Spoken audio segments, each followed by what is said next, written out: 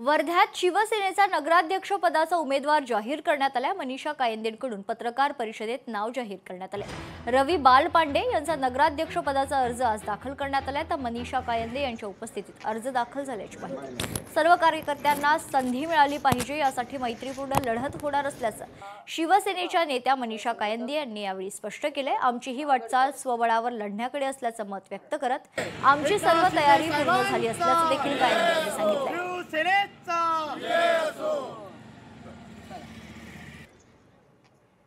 उमेदवारी अर्ज आज रविकांत बालपांडे यांनी दाखल केलेला आहे नगराध्यक्ष पदासाठी।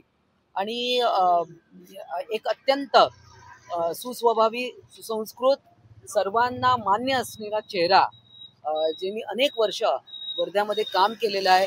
लोक त्यांच्यावर विश्वास ठेवतात, एक वेगळं वलय त्यांच्या नावाभोवती आहे आणि जनतेपर्यंत ते पोहोचलेले आहेत।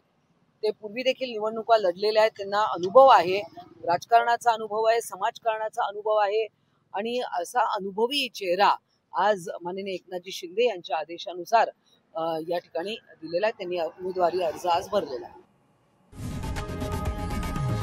लोकशाही मराठी ऐका, पहा, जागरूक रहा।